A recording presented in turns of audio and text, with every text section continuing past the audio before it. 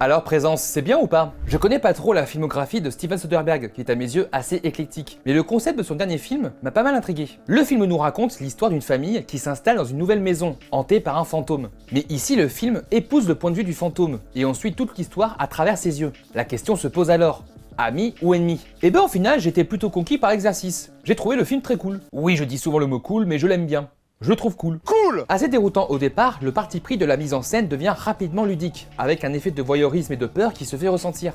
Tourné à l'iPhone, le film permet d'avoir un champ de vision très large, et nous donne un maximum de détails en s'immisçant n'importe où, tout en jouant sur quelques effets de lentilles pour amplifier le malaise. C'est vrai que par moments, pour certains, ça pourrait donner de la nausée. Mais on s'y fait.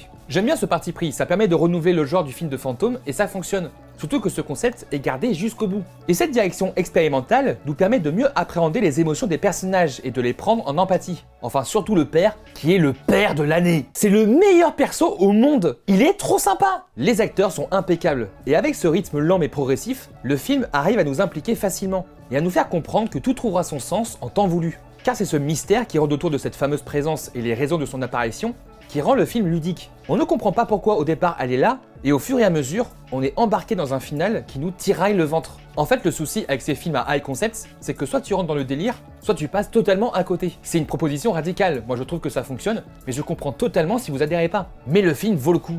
Car ça fait du bien de voir un film qui respecte ses propositions jusqu'au bout, et qui ne casse pas ça dans un délire narcissique ou esthétique. Présence, c'était bien. Et vous avez aimé?